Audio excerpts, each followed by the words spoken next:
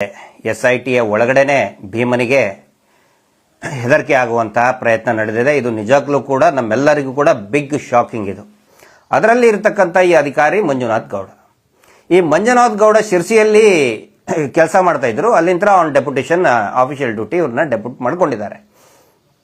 ಈ ಅಧಿಕಾರಿ ಏನು ಮಾಡ್ತಾ ಇದ್ದಾರೆ ಅಂತ ಹೇಳಿದರೆ, ಆ ಭೀಮನಿಗೆ ಅನಾಮಧೇಯ ವ್ಯಕ್ತಿಗೆ ಪದೇ ಪದೇ ಹೆದರಿಸೋದು, ನೀನು ಏನಾದರೂ ಸರಿಯಾಗಿ ಶವಗಳನ್ನು ತೋರಿಸಿಬಿಟ್ರೆ ಸಿಕ್ಕಿಬಿಟ್ರೆ ಜೀವನ ಪರ್ಯಂತ ನೀನು ಜೈಲಿನಲ್ಲಿ ಇರಬೇಕಾಗ್ತದೆ, ನಿನಗೆ ಶಿಕ್ಷೆ ಆಗುತ್ತೆ, ಹೀಗಾಗಿ ನೀ ಕೊಟ್ಟಂತ ಕಂಪ್ಲೇಂಟ್ ದೂರನ್ನ ವಾಪಸ್ ತಗೋ ಅಂತ ಹೇಳಿ ಹೆದರಿಸಿದ್ದಾರೆ. ಬಹಳ ಬಹಳ ಶಾಕಿಂಗ್, ಆಘಾತಕಾರಿಯಾದಂತಹ ನ್ಯೂಸ್ ಇದು, ಸುದ್ದಿ ಬೆಳವಣಿಗೆ. ಅಲ್ಲರಿ, ಅಷ್ಟೊಂದು ರಿಸ್ಕ್ ತಗೊಂಡು ಹೆಂಡತಿ ಮಕ್ಕಳ ಒಂದು ಇದನ್ನಿಲ್ದೇನೆ ಒಂದು ಇನ್ಸೆಕ್ಯೂರಿಟಿ ಫೀಲಿಂಗ್ ಆದರೂ ಕೂಡ ನಾನು ತೋರಿಸ್ತೀನಿ ಅಂತ ಮುಂದೆ ಬಂದು, ಅಷ್ಟೇ ಅಲ್ಲ, ಮೊನ್ನೆ ಒಂದು ಇಟ್ ಈಸ್ ಅ ಗಿನ್ನೆಸ್ ರೆಕಾರ್ಡಲ್ಲಿ ಮೆನ್ಷನ್ ಮಾಡ್ಬೇಕು ಅದನ್ನ. 15 ವರ್ಷದ ನಂತರ, ಅವನ 12 ವರ್ಷದ ನಂತರ ಬಂದಿದ್ದಾನೆ. 15-20 ವರ್ಷ ಹಿಂದೆ ಹೂತಂತ ಶವ ಅವನು ಬೆರಳು ಮಾಡಿದ ತೋರಿಸಿದಲ್ಲೇನೆ ಸಿಕ್ಕಿದೆ ಅಂತ ಹೇಳಿದ್ರೆ ಇಟ್ಸ್ ಅ ಗಿನ್ನೆಸ್ ರೆಕಾರ್ಡ್. ನಾವು ಬರೀ ಬೈಕನ್ನು ಒಂದು ಪಾರ್ಕಿಂಗ್ ಲಾಟ್ ಅಲ್ಲಿ ಬಿಟ್ಟು ವಾಪಸ್ ತಗೊಳಕ್ ಹೋದ್ರೆ, ಮಧ್ಯಾಹ್ನ ಬಿಟ್ಟು ಸಾಯಂಕಾಲ ತಗೊಳಕ್ ಹೋದ್ರೆ ಹುಡುಕಾಡ್ತೀವಿ ನಾವು ಎಲ್ಲಿ ಬಿಟ್ಟಿದೀವಿ ಅಂತೇಳಿ. ಅಂಥದ್ರಲ್ಲಿ ಆಫ್ಟರ್ ಲಾಂಗ್ 12 ಇಯರ್ಸ್ ಬಂದಿದ್ದಾನೆ. ಅದು ಕೂಡ ನನಗೆ ಪಾಪ ಪ್ರಜ್ಞೆ ಕಾಡ್ತಾ ಇದೆ ಅಂತ ಹೇಳಿ ಇಡೀ ದೇಶ ಮತ್ತು ಇಡೀ ಜಗತ್ತು ಗಮನಿಸ್ತಾ ಇರುವಂತಹ ಗಂಭೀರ ಹತ್ಯಾಕಾಂಡದ ಪ್ರಕರಣ. ಈ ಮಂಜುನಾಥ್ ಅನ್ನುವಂತಹ ಮಂಜುನಾಥ್ ಗೌಡ ಡೀಲಿಂಗಿಗೆ ಇಳ್ಕೊಂಡ್ಬಿಟ್ಟಿದ್ದಾರೆ. ಅದಾದ ನಂತರ ತಕ್ಷಣನೇ ಸಂಬಂಧಪಟ್ಟಂತಹ ನ್ಯಾಯವಾದಿಗಳು ಅನನ್ಯ ಗೌಡ ಅವರು ತಕ್ಷಣಕ್ಕೆ ದೂರು ಕೊಟ್ಟಿದ್ದಾರೆ ಅನ್ನುವಂತಹ ಮಾಹಿತಿ ಬಂತು. ಆನಂತರ ಇವತ್ತು ಆ ಮಂಜುನಾಥ್ ಗೌಡನ್ನ ಇದರಿಂದ ನಾವು ದೂರ ಇಟ್ಟಿದ್ದೇವೆ ಅನ್ನುವಂತಹ ಒಂದು ಕಮ್ಯುನಿಕೇಶನ್ ಆಗಿದೆ ಅಂತಲೂ ಕೂಡ ನಮಗೆ ತಿಳಿಸಿದ್ದಾರೆ. ಅವನನ್ನ ದೂರ ಇಟ್ಟಿದ್ದು ಸಮಾಧಾನಕರ ವಿಷಯ, ಆದರೆ ದೂರ ಇಡುವುದು ಸಾಕಾಗುವುದಿಲ್ಲ. ಅವನನ್ನ, ಆ ಮಂಜುನಾಥ್ ಗೌಡ ಅನ್ನುವಂತಹ ಅಧಿಕಾರಿಯನ್ನ, ಇನ್ಸ್ಪೆಕ್ಟರ್ನ ಬಂಧಿಸಲೇಬೇಕಾಗುತ್ತೆ. ಬೇರೆ ಬೇರೆ ವಿಷಯಗಳನ್ನ ನಾವು, ಅಂದ್ರೆ ಒಂದಿಷ್ಟು ಇನ್ಪುಟ್ಸ್ ನಮಗೆ ಬರ್ತಾ ಇದೆ ಈ ಸುದ್ದಿ ಬಂದ ತಕ್ಷಣನೇ. ಅದರಲ್ಲಿ ಈ ವ್ಯಕ್ತಿ ಏನ್ ಮಾಡ್ತಾ ಇದ್ದಾನೆ ಅಂತ ಹೇಳಿದ್ರೆ, ನಾನು SIT ಹಿರಿಯ ಅಧಿಕಾರಿಗಳ ಗಮನಕ್ಕೂ ತರ್ತಾ ಇದ್ದೀನಿ, ಸಾರ್ವಜನಿಕರ ಗಮನಕ್ಕೂ ಕೂಡ ತರ್ತಾ ಇದ್ದೀನಿ. ತರಬೇಕು, ಯಾಕಂದ್ರೆ ದಟ್ ಈಸ್ ಅವರ್ ರೈಟ್. ನಾವು ಒಬ್ಬ ಆಕ್ಟಿವಿಸ್ಟ್ ಆಗಿ, ಜನಸಾಮಾನ್ಯರಾಗಿ ಏನೇನು ನಮಗೆ ಇನ್ಪುಟ್ಸ್ ಇರ್ತದೆ, ಏನೇನು ಮಾಹಿತಿಗಳಿರ್ತದೆ, ಅದನ್ನ ಪಾರದರ್ಶಕವಾಗಿ ಸಾರ್ವಜನಿಕರಿಗೆ ತಲುಪಿಸುವುದು ನಮ್ಮ ಜವಾಬ್ದಾರಿ. ಮತ್ತೆ ಸಂಬಂಧಪಟ್ಟ ಅಧಿಕಾರಿಗಳು ಕೂಡ ಇದನ್ನು ಗಮನಿಸಬೇಕು ಅಂತ ಹೇಳ್ತಾ ಇದ್ದೇನೆ. ಇವತ್ತಿನವರೆಗೂ ಕೂಡ ಸೌಜನ್ಯ ಹೋರಾಟದಲ್ಲಿ ನಾವು ಯಾವುದು ಮುಚ್ಚುಮರೆ ಮಾಡಲ್ಲ. ಸಾರ್ವಜನಿಕರೊಂದಿಗೆ, ಸಹ ಹೋರಾಟಗಾರರೊಂದಿಗೆ ಒಂದು ಟ್ರಾನ್ಸ್ಪರೆನ್ಸಿಯನ್ನ ಮೇಂಟೈನ್ ಮಾಡ್ತಾ ಬಂದಿದ್ದೀವಿ. ಅದರ ಭಾಗವಾಗಿ ನಾನು ಹೇಳ್ತಾ ಇದ್ದೀನಿ, ಈ ಮಂಜುನಾಥ್ ಗೌಡ್ರು ಏನ್ ಮಾಡ್ತಾ ಇದ್ರು ಅಂದ್ರೆ, ಇನ್ಸ್ಪೆಕ್ಟರ್ SIT ಅಧಿಕಾರಿಗಳು FSLಗೆ ಮೊನ್ನೆ ತಾವು ನೋಡಿರ್ಬೋದು, ಆ ಆಸ್ತಿ ಪಂಜರ ಸಿಕ್ತು ಅಂತ ಹೇಳಿ 3ನೇ ದಿನ ನೋಡಿ, FSLಗೆ ಒಂದು ಪ್ರತಿಷ್ಠಿತ FSLಗೆ ಕಳಿಸಿದ್ದಾರೆ. ಆದರೆ ಯಾವ FSL ಅಂತ ಹೇಳಿ ನಿಖರವಾಗಿ ಹೇಳಕ್ ಬರೋದಿಲ್ಲ, ಹೇಳಬಾರ್ದು. ಯೂಶುವಲಿ ಸೆನ್ಸಿಟಿವ್ ಕೇಸ್ನಲ್ಲಿ ಹೇಳಲ್ಲ, ಯಾಕಂದ್ರೆ ಅಲ್ಲಿನೂ ಕೂಡ ಇನ್ನೇನಾದ್ರೂ ಪ್ರಭಾವ ಬೀರ್ತಾರಂತ ಹೇಳಿಲ್ಲ. ಆದ್ರೆ ಈ ವ್ಯಕ್ತಿ ಮಂಜುನಾಥ್ ಗೌಡ ಆ FSL ಎಷ್ಟು ಬಾಕ್ಸ್ ಹೋಗ್ತಾ ಇದೆ ಅನ್ನೋದನ್ನ ಫೋಟೋ ತೆಗೆದು ಯಾವ ದೇಶದ ಯಾವ FSLಗೆ ಹೋಗ್ತಾ ಇದೆ ಅನ್ನೋದನ್ನ ವಾಟ್ಸಪ್ ಅಲ್ಲಿ ಕಳಿಸ್ತಾ ಇದ್ದಾರೆ ಮಂಜುನಾಥ್ ಗೌಡ್ರು. ಯಾರ್ಯಾರು ಕಳಿಸ್ತಾ ಇದ್ದಾರೆ ಅಂತ ಹೇಳಿದ್ರೆ, ಮಹಾವೀರ್ ಜೈನ್, ಇದೇ ನಕಲಿ ನಮ್ಮ ದೇವಮಾನವನ ಈ ಸೌಜನ್ಯ ಇದಕ್ಕೆ ನಾಲ್ಗೆ ಹಿರಿದು ಹೆದರಿಕೆ ಹಾಕಿದ್ನಲ್ಲ 2 ವರ್ಷದ ಹಿಂದೆ, ಅದೇ ಮಹಾವೀರ್ ಜೈನ್. ಒಂದು ಸಿಂಡಿಕೇಟ್ ಇದೆ, ಆ ಸಿಂಡಿಕೇಟ್ ಅಲ್ಲಿ ಡೀಲಿಂಗ್ ಮಾಡುವಂತ ಸಿಂಡಿಕೇಟ್ ಅದು.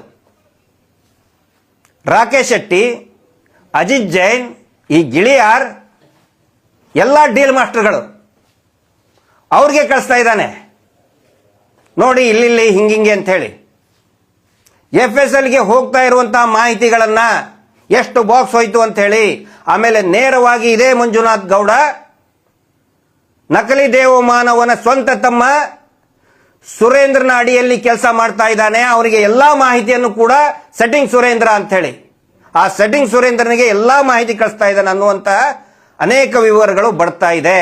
ದಯವಿಟ್ಟು ಅವನ್ನ ಆ ಮಂಜುನಾಥ್ ಗೌಡನ ಮೊಬೈಲ್ ಅನ್ನ ವಾಟ್ಸಪ್ ಇರ್ಬೋದು, ಇನ್ನೇನೇ ಇರ್ಬೋದು, ದಯವಿಟ್ಟು ರಿಟ್ರೈವ್ ಮಾಡಿ. ಈಗ ಪಟ್ಟಿ ಮಾಡಿದ್ನಲ್ಲ ಅಜಿತ್ ಜೈನ್, ವಸಂತ್ ಗಿಳಿಯಾರ್, ಅವ್ರನ್ನೆಲ್ಲರನ್ನು ದಯವಿಟ್ಟು ಅರೆಸ್ಟ್ ಮಾಡಬೇಕು. ಯಾರೀ ಅವ್ರು ಇಂಟರ್ಫಿಯರ್ ಆಗೋದಕ್ಕೆ? ಯಾಕೆ ಇಂಟರ್ಫಿಯರ್ ಆಗ್ತಾ ಇದ್ದಾರೆ ಪದೇ ಪದೇ? ಒಂದು ಕಡೆ ನಾವು ಊಹಾಪೋಹ ಆಗಬಾರ್ದು, ಯಾರು ದಂಗೆ ಎಬ್ಬಿಸಬೇಡಿ, ಕಾನೂನು ಸುವ್ಯವಸ್ಥೆ ಕಾಪಾಡಬೇಕು ಅಂತ ನಾವು ಪದೇ ಪದೇ ಹೇಳ್ತಾ ಇದ್ದೀವಿ. ಇಲ್ಲಿ ಇವರು ಒಂದಿಷ್ಟು ಜನ ಪಂಚಾಯಿತಿಯವರು, ಯಾರವನು ಪುಟಾಣಿ, ಶ್ರೀನಿವಾಸ್ ಪುಟಾಣಿ, ಕೇಶವ ಅಂತ ಹೇಳಿದವನು ಪಂಚಾಯಿತಿಯವರು, ಆಮೇಲೆ ಇನ್ನೊಬ್ರು ಆ್ಯಡ್ ಆಗಿದ್ದಾರೆ ಮಹಾನುಭಾವ, ಯಾರವನು ಮಹಾಬಳ ಶೆಟ್ಟಿ ಅಂತ, ಖ್ಯಾತ ತಜ್ಞ ವೈದ್ಯ, ಫಾರೆನ್ಸಿಕ್ ತಜ್ಞ ಅಂತ ಏನೇನೋ ಟೈಟಲ್ ಹಾಕ್ತಾ ಇದ್ದಾರೆ. ಇದೇ ಸೌಜನ್ಯ ಪ್ರಕರಣದಲ್ಲಿ 12ನೇ ತಾರೀಕಿಗೆ, ಅಕ್ಟೋಬರ್ 12, 11ನೇ ತಾರೀಕಿಗೆ, ಯಾವಾಗ ಸಂತೋಷ್ ರಾವ್ ಅನ್ನ ಈ ಅತ್ಯಾಚಾರಿಗಳು ಹಿಡ್ಕೊಂಡು ಬಂದು ಬಾಹುಬಲಿ ಬಟ್ಟದಿಂದ ಹಿಡ್ಕೊಂಡು ತಗೊಂಡು ಬರ್ತಾರೆ, ಆವಾಗ ಅದರ ಮರುದಿನ 12ನೇ ತಾರೀಕಿಗೆ ಬೆಳಿಗ್ಗೆ ಸರ್ಕಾರಿ ವೈದ್ಯಾಧಿಕಾರಿಯಾದಂತಹ ಶ್ರೀ ಆಡಮ್ ಅವರು, ಡಾಕ್ಟರ್ ಆಡಮ್ ಅವರು ಒಂದು ರಿಪೋರ್ಟ್ ಕೊಡ್ತಾರೆ. ಸಂತೋಷ್ ರಾವ್ ಮರ್ಮಾಂಗದ ಮೇಲೆ ಯಾವುದೇ ಗಾಯ ಇಲ್ಲ ಅಂತ ಕೊಡ್ತಾರೆ.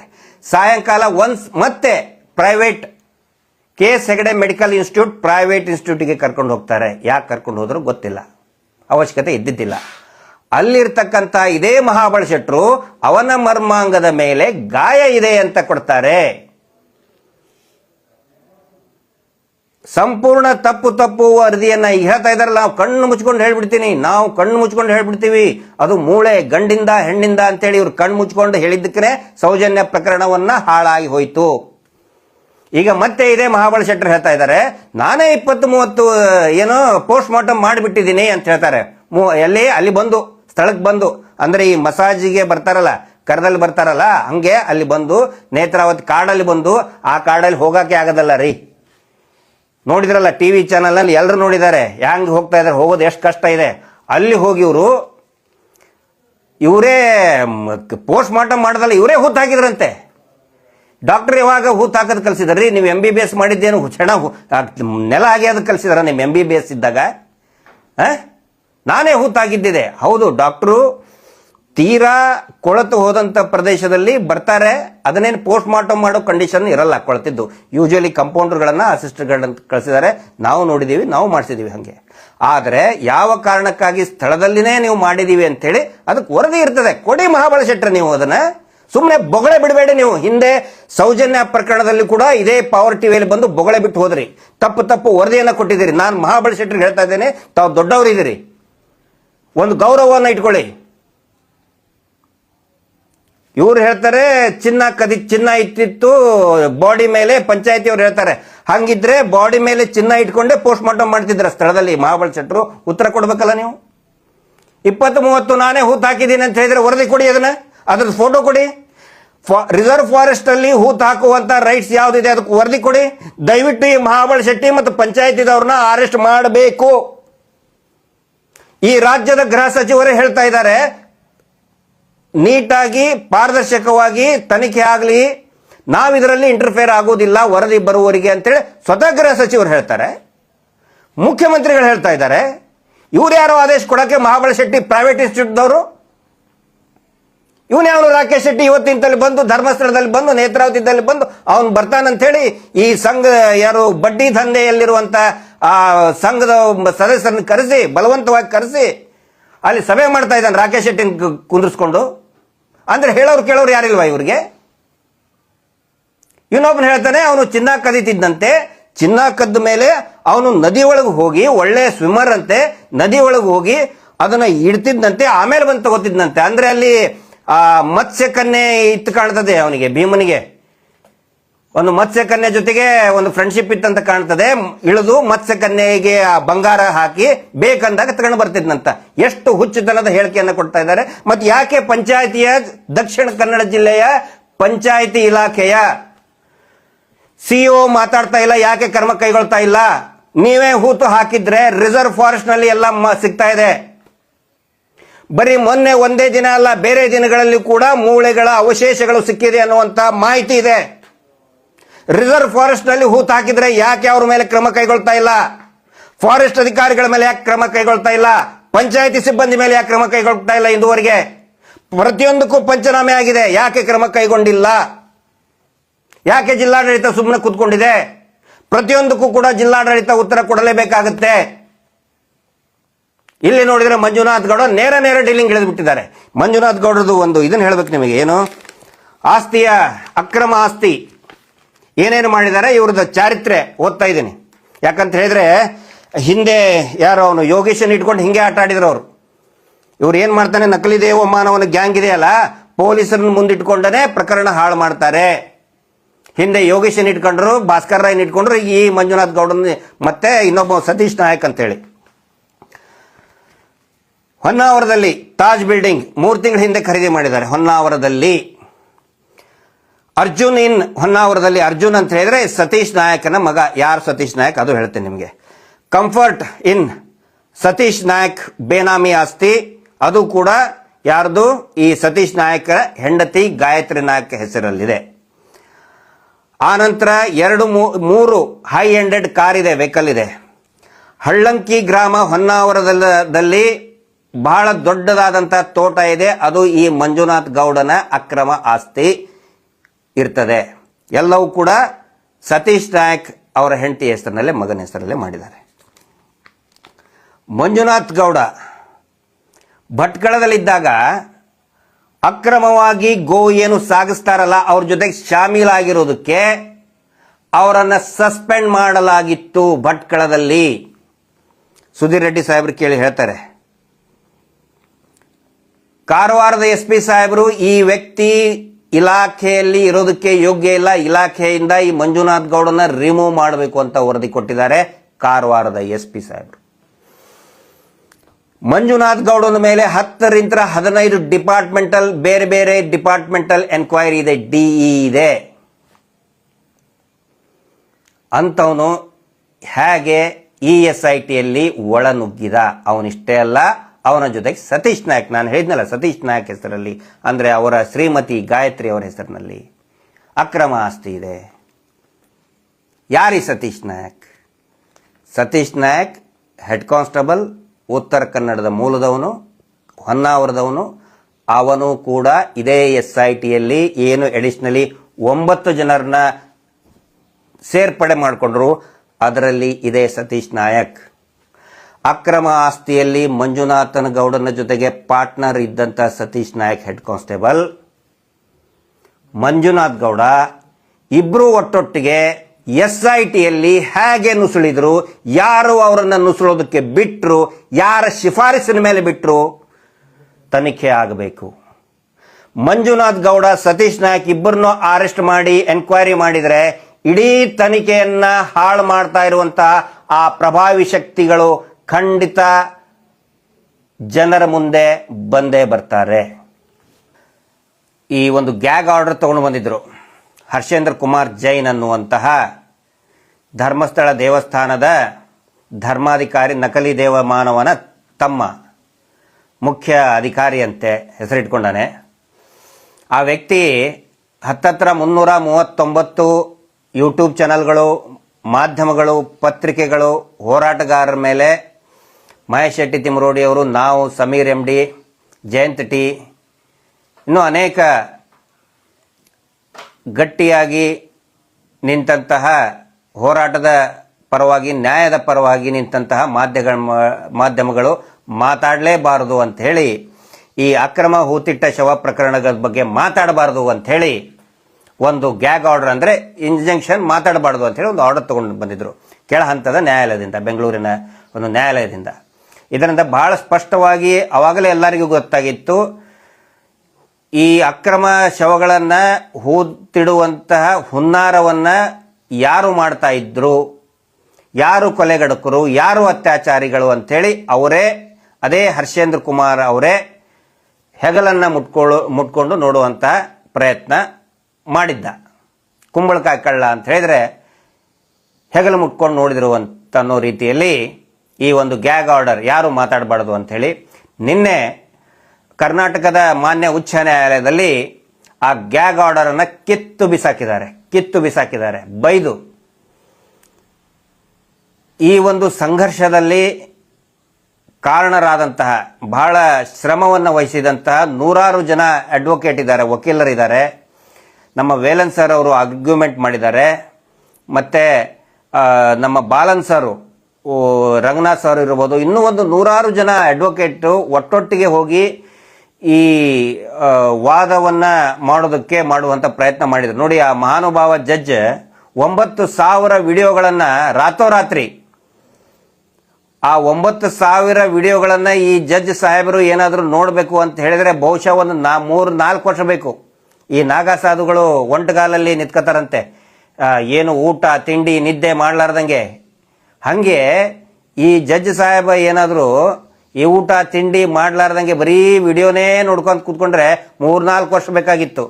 ಅಂಥದನ್ನು ಬರೀ ಒಂದೇ ದಿನದಲ್ಲಿ ಒಂದೇ ಆರ್ಡರ್ನಲ್ಲಿ ಅದನ್ನು ಕ್ಯಾನ್ಸಲ್ ಮಾಡೋಕ್ಕೆ ಹೇಳಿದರು. ಆ ವಿಡಿಯೋ ಯೂಟ್ಯೂಬ್ ವಿಡಿಯೋ ಇರ್ಬೋದು, ಆನಂತರ ಸೋಷಿಯಲ್ ಮೀಡಿಯಾ ಇನ್ಸ್ಟಾಗ್ರಾಮ್ ಫೇಸ್ಬುಕ್ ಪೇಜ್ಗಳು ಕೂಡ ಇರ್ಬೋದು, ಸ್ನ್ಯಾಪ್ಚಾಟ್ ಅವುಗಳನ್ನು ಮೆನ್ಷನ್ ಮಾಡಿ ಡಿಲೀಟ್ ಮಾಡುವಂತ ಇದ್ದಾರೆ. ಬಟ್ ನಿನ್ನೆ ಒಂದು ಅದ್ಭುತವಾದಂತಹ ಜಯ. ಈ ಜಯಕ್ಕೆ ಕಾರಣರಾದಂತಹ ನಮ್ಮ ಎಲ್ಲ ನ್ಯಾಯವಾದಿಗಳಿಗೆ ಧನ್ಯವಾದಗಳನ್ನು ಹೇಳ್ತಾ ಇದ್ದೀನಿ. ನಿರಂತರವಾಗಿ ನಮ್ಮ ಹಿರಿಯರಾದಂಥ ಗೋಪಾಲ್ ಗೌಡ್ರವರ ನೇತೃತ್ವದಲ್ಲಿ ಅನೇಕ ಸಭೆಗಳಾಯಿತು. ನಮ್ಮ ಈ ದಿನ .com ಇರ್ಬೋದು, ದಿನೇಶ್ ಅವರು, ಅಂದರೆ ಸಾಕಷ್ಟು ಇವುಗಳನ್ನು ಕ್ಲೋಸೇ ಮಾಡೋಕ್ಕೆ ಚಾನಲ್ಲೇ ಬಂದ್ ಮಾಡಿದರು. ಆದರೆ ನಿನ್ನೆ ಒಂದು ಹೋರಾಟಕ್ಕೆ, ನ್ಯಾಯಯುತವಾದಂಥ ಹೋರಾಟಕ್ಕೆ, ಪ್ರಜಾಪ್ರಭುತ್ವದ ಹೋರಾಟಕ್ಕೆ ಒಳ್ಳೆಯ ಜಯ ಸಿಕ್ಕಿದೆ. ಅದಕ್ಕೆ ಕಾರಣಕರ್ತರಾದಂಥ ಎಲ್ಲರಿಗೂ ಧನ್ಯವಾದಗಳನ್ನು ಹೇಳ್ತೇನೆ. ಮತ್ತು ಇಲ್ಲ ತಂದ್ರೆ ಇಷ್ಟೊಂದು ಯಾಕೆ ಕಸರ ಮಾಡ್ತಾ ಇದ್ದಾರೆ?